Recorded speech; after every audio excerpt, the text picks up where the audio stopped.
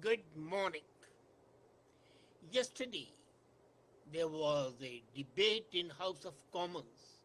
Imagine, as if in the Canadian House of Commons there can be a debate that has some meaning. I mean, so sometimes I do wonder that the Canadian House of Commons and debate, these are two antithetical notions that would never gel. Nevertheless, since the debate was there, let's pursue why. For what purpose?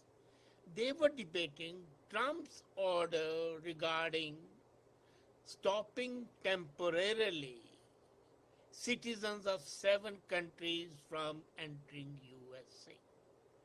Now, it's the citizens of the 7 countries who are impacted, and it's the government of USA which is impacted. From where in heavens does Canada come in? It is typically posing as a superpower, a do-gooder, which has no relevance at all. But before we judge whether the debate is relevant or not, which it is irrelevant, because whatever they discuss is not going to have any impact on Trump. As a matter of fact, the old tradition of the American president visiting Canada as the first country has been bidden goodbye by Trump. So much for Mr. Handsome Prime Minister Justin Trudeau. Well, do you know that the Americans don't have a very high opinion of Canada, whatever Canada may say? So, a letter written in 1982 by the Canadian Consulate created a lot of fun and humor. They said that you should come to our electronic trade fair because the exchange rate is very favorable and ample free parking is available. Now imagine industrialists who have to do business worth billions, would they be bothered whether the free parking is available or not? But that is the extent to which the Canadians can think. They cannot think beyond that. Oh, free parking is available. What a God-sent opportunity. And do you know that as late as 1963, the CIA mentioned Ottawa's concern with domination questions, which has reached the point of obsession. The same obsession is now evident.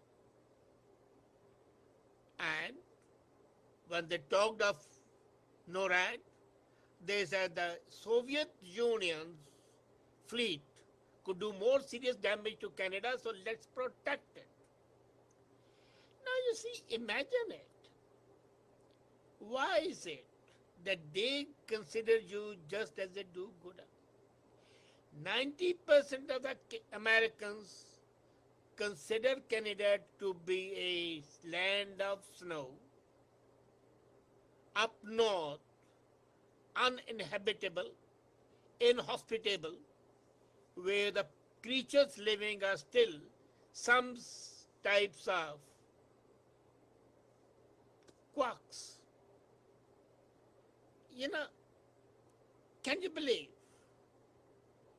that US intelligence was compelled to see how their electrical storms influence the power of clearance? Canadian exports have been disturbed by CIA many times. You see, at one time they wanted to flood North Korea and North Vietnam with rice. And this plan was scuttled by CIA. In 1979, Jimmy Carter's plan of grain embargo against Russia was also hampered because Canadians started sending grain there, which the Americans didn't like. And regarding the NATO, what Trudeau said that he'll step in the shoes of Uncle Sam. In 1975, CIA said only Iceland and Luxembourg spent less capita on their NATO commitment than Canada. They also complained about Canada paring back on key peacekeeping commitment in Cyprus. And they were especially concerned about, in 1972, about Trudeau mania, the same Trudeau mania which is evident today. So, you are talking about a country which considers you in scant regard. You are talking about the action of a superpower which cares a twit about you. And when you say, well, you want to welcome all the refugees in the world, have you considered what the implications would be? The implications of getting the refugees there would be disastrous. Let's assume for the time being that there are no terrorists hiding in the refugees. But look at the demographic bomb that is already set to explode. 2036 come, that's after about 30 years, approximately 28 years. Canada would not be what it is today. It would be more brown than it would be white. The vast majority of the immigrants are coming from Asia and Pacific nations. And naturally, the whole demographic structure would change. The old Canadians, the old stock, as Harper used to call them, don't like it, and justifiably so. Natives don't like it, and justifiable so. Would you believe that in 2015, Philippines, India, and China accounted for 40% of the new arrivals? So, and it's predicted, StateScan's prediction, that in 2036, 10% of the population in New Brunswick and Nova Scotia would be immigrants. So we have seen the whole thing is changing. Another thing, in Quebec, the permanent thorn in the side of Canada, the people whose mother tongue is French will decline to 18%. But all over Canada, the people whose native tongue in English will come down 30%. Now, what sort of a national language would be where only 30% speak that language? Naturally, the whole thing would change. And that is because of the demographic bomb, which sought to be increased by the Trudeau government. And now look at the culture or the religion. 90% of Canadians in 1970, 90, were Christians. Today, they are 66%. In 2036, they'll be just 50%. And Islam would be number 2. And in the next 10 years, it will be number 1. Now, what happens? Look at the sociological aspect. The people who come to this country because of the policy of multiculturalism do not integrate the country. They maintain their separate identity and entity. So in one nation of Canadians, there are sub-nations. And there are hundreds of sub-nations. These sub-nations will become more prominent, more successful, more powerful as their number increases. When only 30% people are speaking in English and say 40% are speaking in Punjabi, Punjabis would have a definite feeling that they should rule. Or if 35% people are speaking Mandarin, they'll say, wow, this is an offshore province of mainland China, the way Macau is, the way Taiwan is. So these sea turtles will be more tied to their mother countries. Secondly, the Muslim concept of Ummah, the International Brotherhood of Islam, would naturally impinge on the largest religious group in Canada. And their loyalty would not be dictated by the geography but by the religion. So instead of one nation, Canadian, there'll be 20 sub-nations, if not more. The result is that the peaceful country would become a field of undeclared internecine war. It would be where the people from other countries, through their relations and the friends, shall fight the wars of home. At present, when you hear people, take from India and Pakistan, they say, oh, we have left our fights at home. Here we are Canadians. They say it.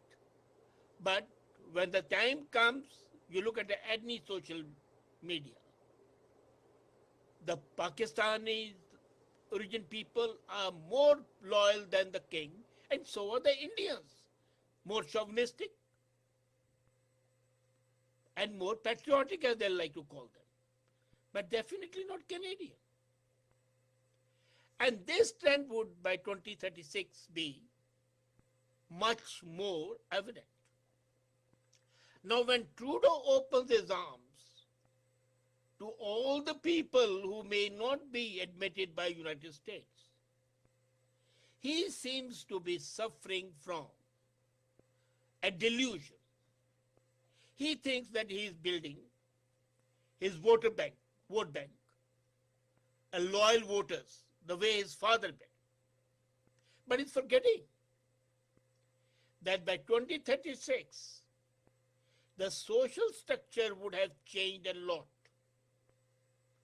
which one country would have 20 sub-countries, sub-nations having diverse loyalties, professing utmost cordiality with each other, but at the same time having an absolute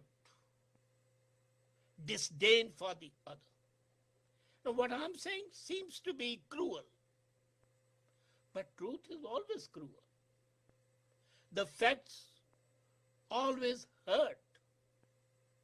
And what we normal human beings do is, when the truth and the facts are uncomfortable, we want to sweep them under the carpet.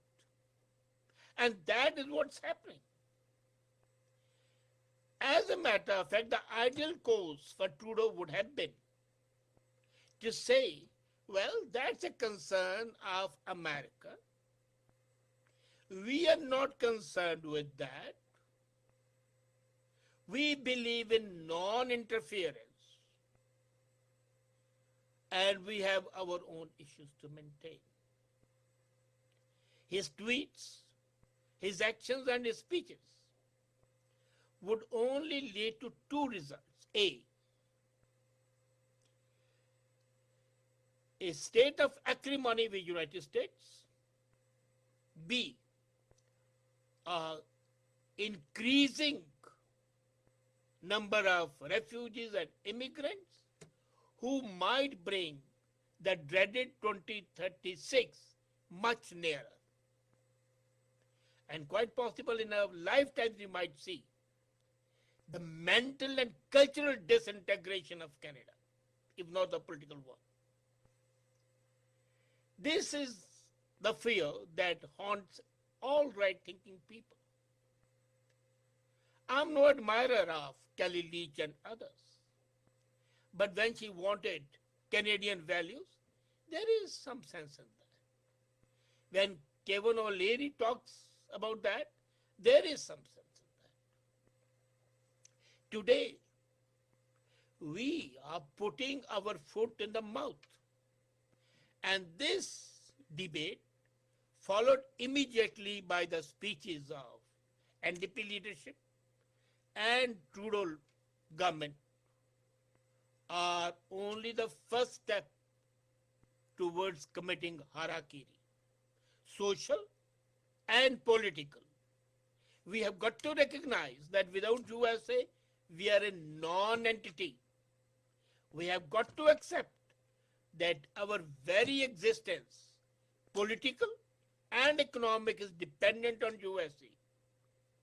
And you do not annoy your benefactor. That's neither sense nor proper policy. It's time the government of Canada wakes up and stops playing juvenile games, of which it seems to be very fond.